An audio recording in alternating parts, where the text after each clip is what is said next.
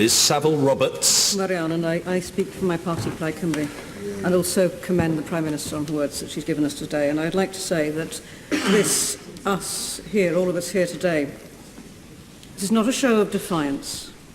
It's a show of respect for the dead and for the injured, respect to our duty, respect to democracy and our duty to our constituents.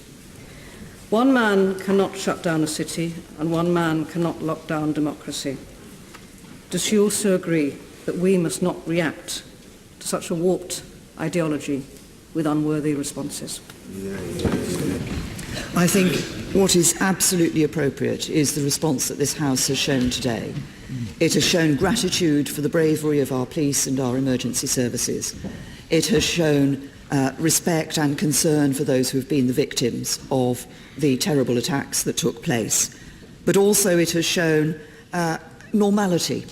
And I think that is what is important as we defy the terrorists and as we work to defeat them.